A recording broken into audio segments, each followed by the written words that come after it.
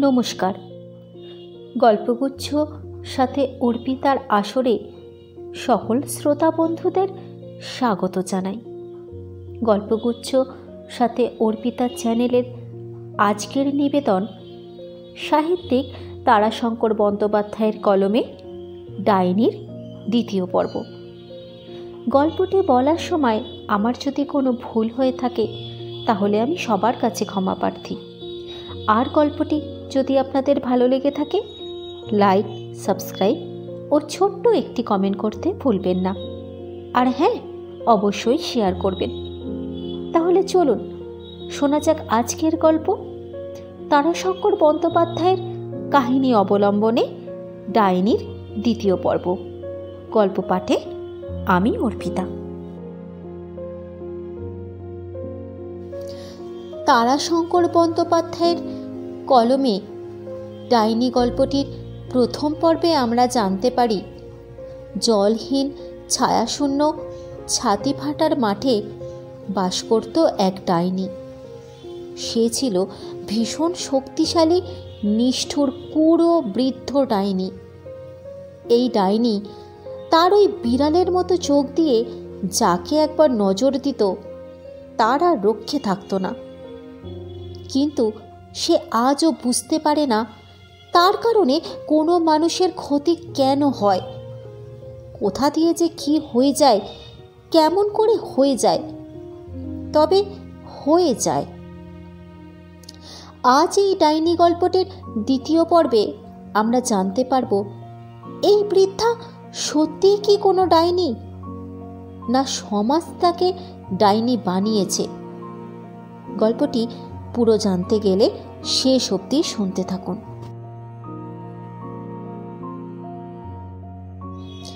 বারবার সে ঝাঁটা দিয়ে বাতাসের ওই আবর্তটাকে আঘাত করতে চেষ্টা করল। আবর্তটা মাঠের ওপর দিয়ে ঘুরপাক দিতে দিতে ছুটে গেল। মাঠের ধুলো হু হু করে উড়ে ধুলোর একটা ঘুরন্ত স্তম্ভ হয়ে উঠেছে। শুধু কি একটা, এখানে ওখানে ছোট বড় কত ঘুরপাক হয়ে উঠেছে। মাঠটা যেন নাচছে, একটা যেন হাজারটা হয়ে উঠেছে। একটা অদ্ভুত আনন্দে বৃদ্ধার মন শিশুর মতো অধীর হয়ে উঠল। সহসা সে নিজের দেহ তুলে দাঁড়িয়ে ছাটাসুদ্ধ হাতটা প্রসারিত করে সাধ্যমতো গতিতে ঘুরতে আরম্ভ করল। কিছুক্ষণের মধ্যেই সে টলতে টলতে বসে পড়ল। পৃথিবীর এক মাথা উঁচু হয়ে তাকে যেন গড়িয়ে কোন অতলের দিকে ফেলে দিতে চাইছে। উঠে দাঁড়াবার শক্তি তার ছিল না। ছোট শিশুর মতো হামাগড়ি দিয়ে সে দাওয়ার দিকে অগ্রসর হলো। দারুণ তৃষ্ণায় গলা পর্যন্ত শুকিয়ে গেছে। কে রয়েছো গো ঘরে? ও গো, কেউ আসো ঘরে। জলে পচা নরম মরা ডালের মতো বেঁকে চড়ে দাওয়ার একধারে পড়েছিল। মানুষের কণ্ঠস্বর শুনে কোনো মতে মাথা তুলে সে বলে উঠল, কে? ধূলিধূসর দেহে শুষ্ক পাণ্ডুর মুখ একটি যুবতী মেয়ে, বুকের ভেতর কোনো একটা বস্তু কাপড়ের আবরণে ঢেকে বহু কষ্টে আঁকড়ে ধরে আছে। মেয়েটি বোধহয় ছাতি ফাটার মাঠটা পার করে এসেছে। কণ্ঠস্বর অনুসরণ করে বৃদ্ধাকে দেখে মেয়েটি সভয়ে শিউরে উঠল।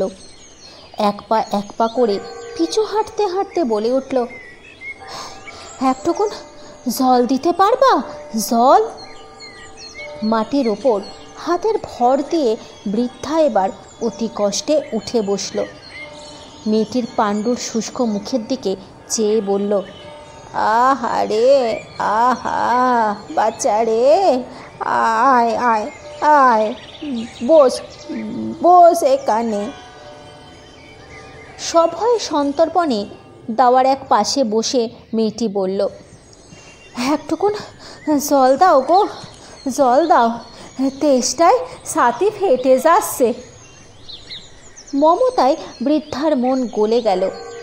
সে তাড়াতাড়ি ঘরের ভিতর ঢুকে বড় একটা ঘটি পূর্ণ করে জল ঢেলে এক টুকরো পাটালির সন্ধানে হাঁড়িতে হাত পুড়ে বলে উঠল, আহারে মা, এই রোদে ওই রাক্ষুসী মাঠে কি বলে বের হলি তুই?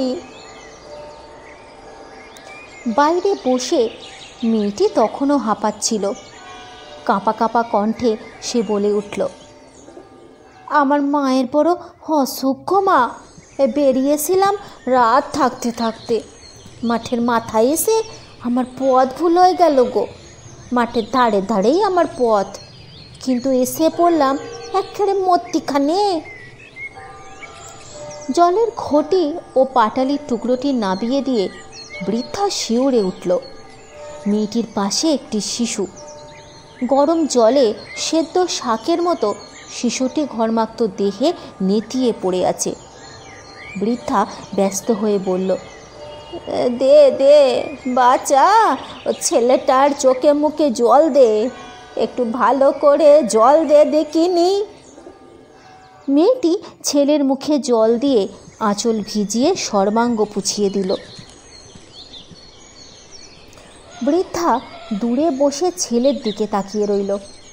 স্বাস্থ্যবতী যুবতী মায়ের প্রথম সন্তান বোধ হয়।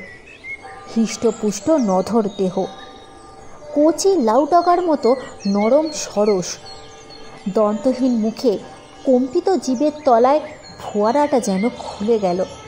নরম গরম লালায় মুখটা ভরে উঠেছে। এই ছেলেটা কি ভীষণ ঘামছে, দেহের সমস্ত জলই কি বের হয়ে আসছে। চোখ দুটো লাল হয়ে উঠেছে। তবে কি, কিন্তু সে তার কি করবে? কে তার সামনে আসলো? কেন আসলো? এই কোমল নদর দেহের শিশু ময়দার মতো ঠেসে চটকে তার শুষ্ক কঙ্কাল বুকে চেপে নিকড়ে জীর্ণ জর্জরে ত্বকের ওপর একটা রোমাঞ্চিত শিহরণ ক্ষণে ক্ষণে বয়ে যেতে লাগলো। সর্বাঙ্গ তার থরথর করে কাঁপছে। এ ঘামে ছেলেটার দেহের সমস্ত রস নিকড়ে বের হয়ে আসছে। মুখে লালার মধ্যে স্পষ্ট তার রসাস্বাদ।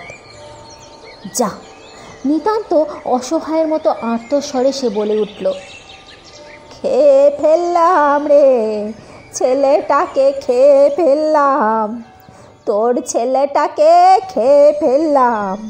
পালা পালা পালা, তুই ছেলে নিয়ে এখান থেকে পালা বলছি, এক্ষুনি পালিয়ে যা। শিশুটির মা যুবতী মেয়েটির দু হাতে ঘটি তুলে ঢকঢক করে জল খাচ্ছিল। তার হাত থেকে ঘটিটা খসে পড়ে গেল।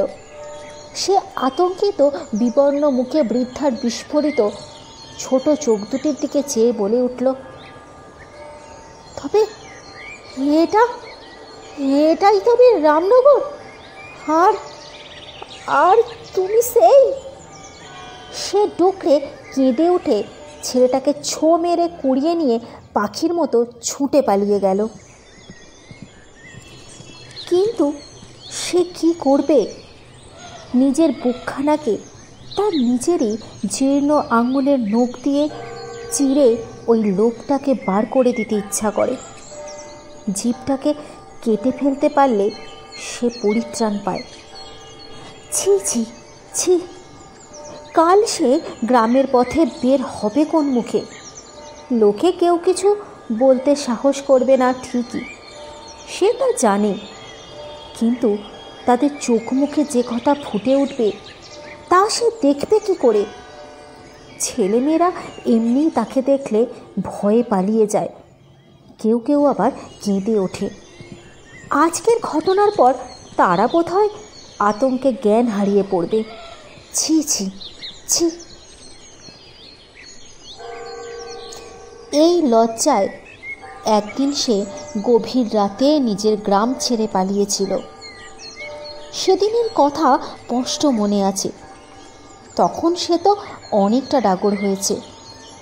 তারই বয়সী তাদের স্বজাতীয় সাবিত্রীর আগের দিন রাতে খোকা হয়েছে। সকালেই সে দেখতে গিয়েছিল।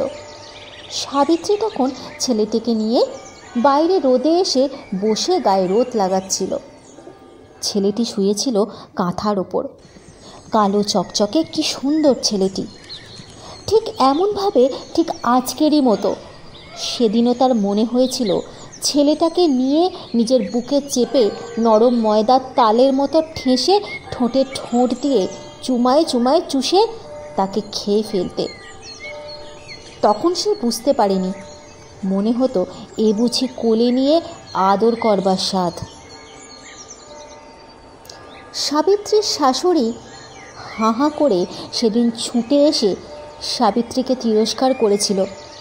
বলি, ওলো আক্কেল খাগি হারাম জাদি, খুব যে ভাববাসির সঙ্গে মস্করা জুড়েছিস। আমার বাস আর যদি কিছু হয় তবে তোকে আমি বুঝে নিব। হ্যাঁ, এই বলছি, বুঝে নিব তোরে।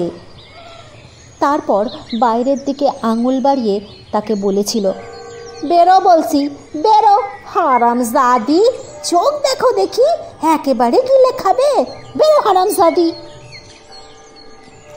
সাবিত্রী তার ছেলেটিকে তাড়াতাড়ি বুকের মধ্যে ঢেকে দুর্বল শরীরে থরথর করে কাঁপতে কাঁপতে ঘরের মধ্যে পালিয়ে গিয়েছিল। মর্মান্তিক দুঃখে আহত হয়ে সে চলে আসছিল। বারবার সে মনে মনে বলছিল, ছি ছি, তাই নাকি সে পারে? হইলই বা ডাইনি, কিন্তু তাই বলে সে সাবিত্রীর ছেলের অনিষ্ট করতে পারে?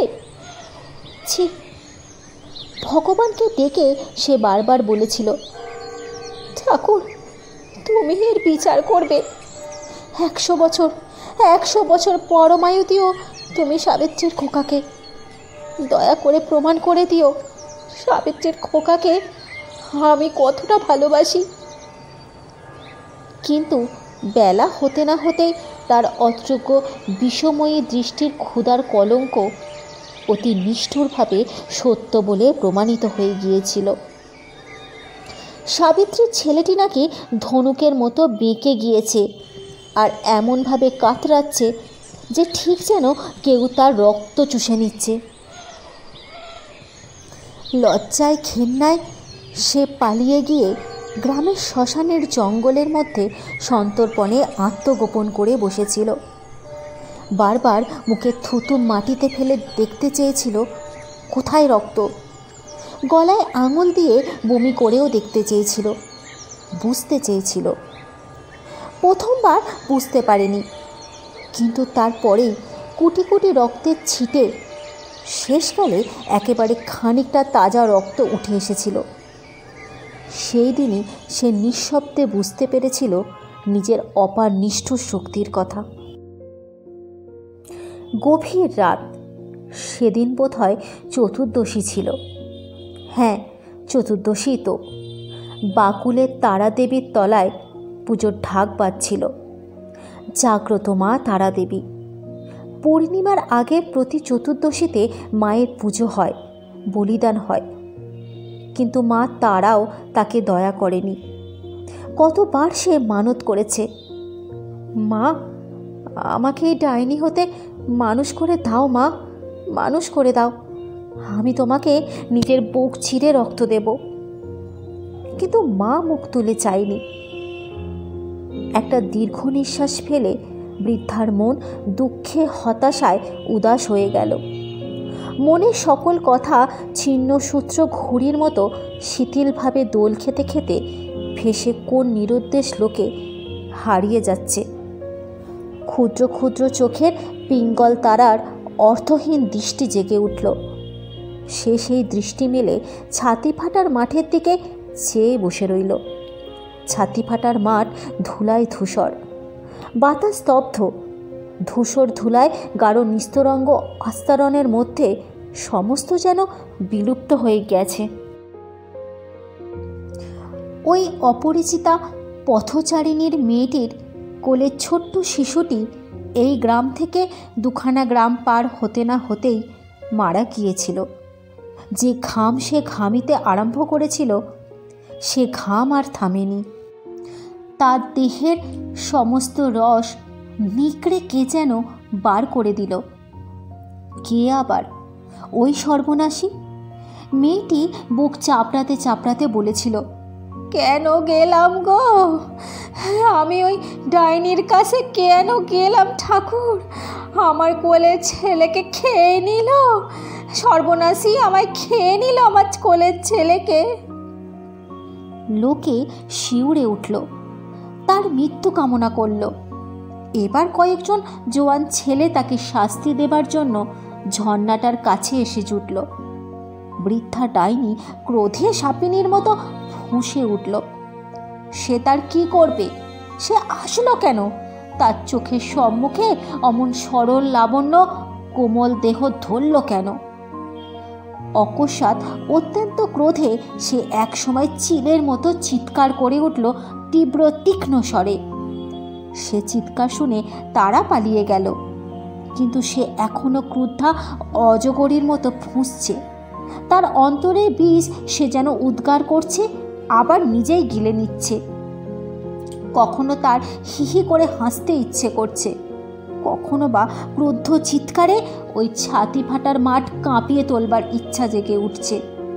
কখনো আবার ইচ্ছা হচ্ছে বুক চাপড়ে মাথার চুল ছেড়ে পৃথিবী ফাটিয়ে হাঁ হাঁ করে সে কাঁদে। ক্ষুধাবোধ আজ বিলুপ্ত হয়ে গেছে, রান্না বান্নারও আজ দরকার নেই। সে যে আজ একটা গোটা শিশুর দেহের রস অদৃশ্য শোষণে পান করেছে। ঝিরঝির করে বাতাস বইছিল। শুক্লা নবমীর চাঁদের জ্যোৎস্নায় ছাতি ফাটার মাঠ একখানা সাদা ফলসের মতো পড়ে আছে। কোথাও একটা পাখি অশ্রান্তভাবে ডেকে চলেছে। আম গাছগুলির মধ্যে ঝিঝি পোকা ডাকছে। ঘরের পিছনে ঝর্ণার ধারে দুইটা লোক যেন মৃদু গুঞ্জনে কথা বলছে। আবার সেই ছেলেগুলো তার কোনো অনিষ্ট করতে এসেছে নাকি? অতি সাবধানে মৃদু পদক্ষেপে বৃদ্ধা ঘরের কোণে এসে উঁকি মেরে দেখল, না, তারা নয়। ওই বাউরিদের সেই স্বামী পরিত্যক্তা উচ্ছলা মেয়েটা আর তারই প্রণয়মুগ্ধ বাউরি ছেলেটা। মেয়েটি বলছে, না, এবার আমি যাই, কে আবার এক্ষুনি এসে পড়বে, আমি ঘর যাই।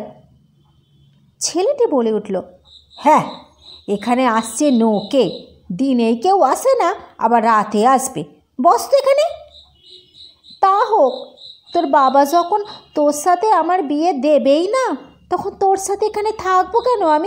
আমি ঘর যাব, আমায় সার তো, সার আমায়।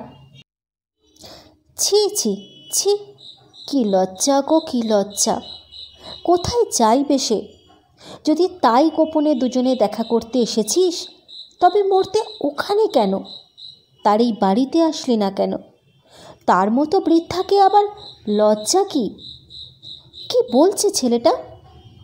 এই শোন শোন শোন, বাবা মা যদি বিয়ে না দেয়, না দিক, চল তোতে আমাতে ভিন গায়ে বিয়ে করে সংসার পাতবো।